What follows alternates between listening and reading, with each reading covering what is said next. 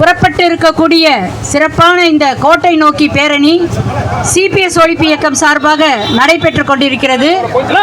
இந்த இயக்கத்தினை சிறப்பாக ஏற்பாடு செய்திருக்கக்கூடிய சிபிஎஸ் ஒழிப்பு இயக்கத்தின் பொறுப்பாளர்களே, இந்த பேரணியை முறையாக துவக்கி சிறப்புரை ஆற்றுவதற்காக வருகை தந்திருக்கக்கூடிய தமிழ்நாடு அரசு ஊழியர்கள் சங்கத்தினுடைய மாநில தலைவர் அன்பு தோழர் ரமேஷ் அவர்களே, மற்றும் சங்கத்தின் மாநில நிர்வாகிகளே, பல்வேறு தோழமை சங்க நிர்வாகிகளே, இந்த பேரணியிலே திரளாக கலந்திருக்கக்கூடிய அன்பு தோழர்களே, தோழியர்களே, பத்திரிகை நண்பர்களே, ஊடக நண்பர்களே, அனைவருக்கும் என்னுடைய புரட்சிகரமான வாழ்த்துக்களையும் வணக்கங்களையும் தெரிவித்துக் கொள்கின்றேன்.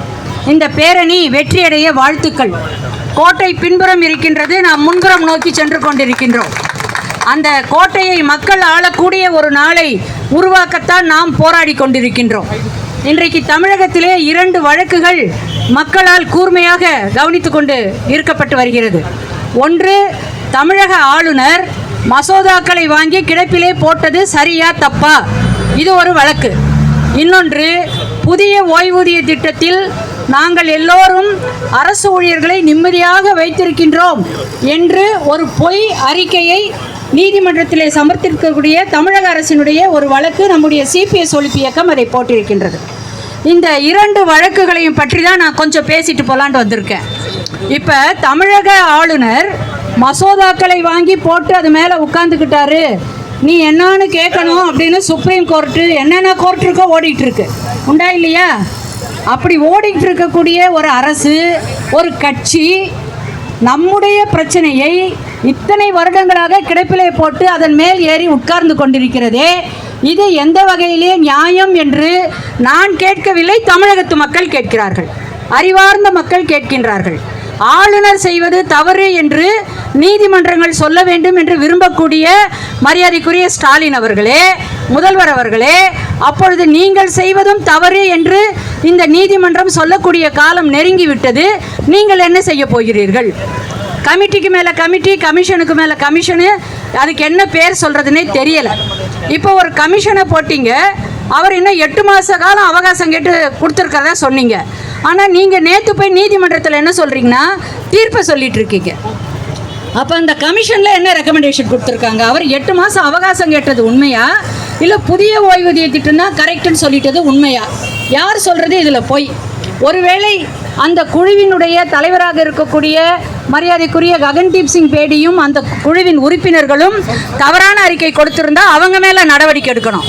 இல்லை அந்த குழு அறிக்கையே கொடுக்காத போது அறிக்கை கொடுத்த மாதிரி நீதிமன்றத்தில் போய் நீங்கள் ஒரு பதில் கொடுத்துருக்கீங்கன்னா உங்கள் மேலே நடவடிக்கை எடுக்கணும்.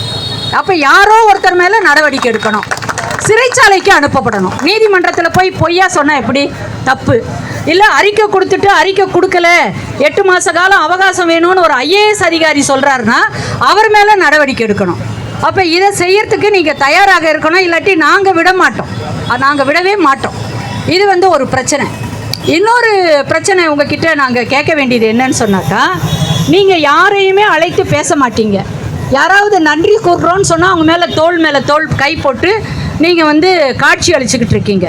இப்போ இந்த பழைய ஓய்வூதிய திட்டத்தை பற்றி பல விஷயங்களை தோழர்கள் சொல்கிறாங்க. ஏங்கல் சொல்கிறாரு, ராஜேஸ்வரன் சொல்கிறாரு, நாங்கள் பொறுப்பில் இருந்தப்போ நாங்கள் சொன்னோம் இது உங்களுக்கு லாபம் தரக்கூடியது, உங்கள் நிதிச்சுமையை குறைக்கக்கூடியது, நீங்கள் இதை கூப்பிட்டு பேசுங்கன்னு சொன்னான். இப்போ நீங்கள் அப்போ என்ன சொன்னீங்க?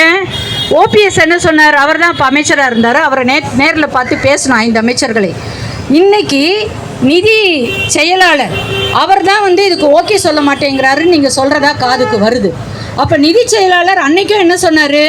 சார் நாங்கள் இதெல்லாம் பற்றி ஒன்றும் ஆராயலை, நிதிநிலை அறிக்கையில் ஏற்கனவே இருக்கக்கூடியதோடு நாங்கள் அடிஷன் டெலிஷன் போட்டு அறிக்கை கொடுக்குறோன்னு சொன்னார். அதானே சொன்னார்? எல்லாருமே இருந்தோம்ல அந்த பேச்சுவார்த்தையில். அப்போ அந்த நிதி செயலாளரை இதற்கு பொறுப்பாக்கி இந்த பணம் வந்தது எங்கே, இவ்வளோ வருஷமாக என்ன பண்ணீங்க, நீங்கள் 2031 வரைக்கும் எடுத்துக்கிட்டு போகிறீங்க. அப்போ பென்ஷனே இல்லாத ஒரு மாநிலமாக இந்தியாவிலேயே தனித்துவமாக தமிழ்நாடு இருக்குன்றது உண்மையா பொய்யா? அது எப்படி பென்ஷனே இல்லாமல் ஒன்றை வச்சுக்கிட்டு இந்த பென்ஷன் திட்டத்தில் அரசு ஊழியர்களை நல்லபடியாக வச்சுக்கிட்டு இருக்கோன்னு நேற்று நீங்கள் போய் கோர்ட்டில் சொன்னீங்க. நாங்கள் என்ன சொல்கிறோம்? மதிப்பிற்குரிய காவல்துறை டிஐஜி அவர்களே, ஸ்பெஷல் எக்கனாமிக் அஃபென்சஸ் ஆக்ட்னு ஒன்று இருக்கு இல்லையா, சிறப்பு பொருளாதார குற்றப்பிரிவு. அதன் கீழ் நீங்கள் கடந்த 2003ஆம் ஆண்டிலிருந்து தமிழகத்திலே ஆட்சி புரிந்த ஆட்சியாளர்களையும் பல்வேறு விதமான நிதித்துறையிலும் பல்வேறு துறைகளில் பணிபுரிந்த சீஃப் செக்ரட்டரி உள்ளிட்ட எல்லார் மீதும் நிதி மோசடி வழக்கில் நீங்கள் அவங்க மேலே நடவடிக்கை எடுக்கணும். இது நிதி மோசடி. இது நிதி மோசடி. அரசு ஊழியரிடம் பணத்தை வாங்கி மக்களுடைய வரி பணத்திலே இருந்து எங்களுக்கு அந்த 10% வேணாம், மக்கள் வரி பணத்தை மக்களுக்கு செலவு பண்ணுன்றோம். நீங்கள் எங்கள் அக்கௌண்ட்டில் போட்டதா சொல்லி நீங்கள் மோசடி பண்ணிகிட்ருக்கீங்க. அப்போ அரசு ஊழியரிடம் வசூல் செய்து மோசடி, மக்கள் வரி பணத்தில் இருந்து அரசு ஊழியர்களுடைய அக்கௌண்ட்டுக்கு மடைமாற்றம் செய்து மோசடி.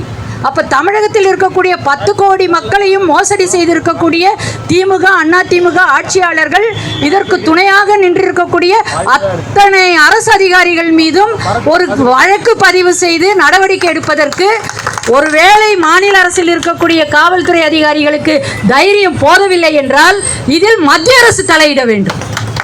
ஏன்னா நீங்கள் மத்திய அரசு தான் புதிய ஓய்வூதிய திட்டம்னு ஒன்று அறிவிச்சிங்க. 1/1/2004 சொன்னீங்க. தமிழக அரசு தாவிக்கிட்டு 1/4/2003 அறிவிச்சாங்க.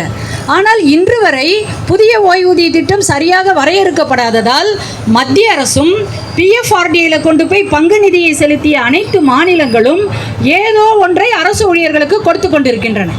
ஆனால் தமிழகத்தில் கிராஜுவிட்டி கிடையாது, பென்ஷன் கிடையாது, குடும்ப ஓய்வூதியம் கிடையாது.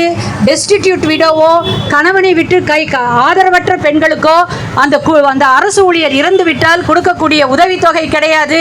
இறந்து போன அரசு ஊழியரை பற்றி கவலையே படலை. இப்படி ஒரு கொடுங்கோல் ஆட்சியை புரிந்து கொண்டிருக்கக்கூடிய தமிழக அரசு மீது மத்திய அரசு நேரடியாக நீங்கள் நடவடிக்கை எடுக்கணும் அப்படின்னும் நாங்கள் இங்கே கேட்டுக்கிறோம். எங்கள் பணத்தை நீங்கள் திருப்பி கொடுக்குறீங்க. இப்போ 2016 திருப்பி கொடுக்குறீங்க. அது ஒரு மோசடி இல்லையா? பென்ஷனுக்காக பிடிக்கப்பட்ட பணத்தை நீங்கள் எப்படி திருப்பி கையில் கொடுப்பீங்க?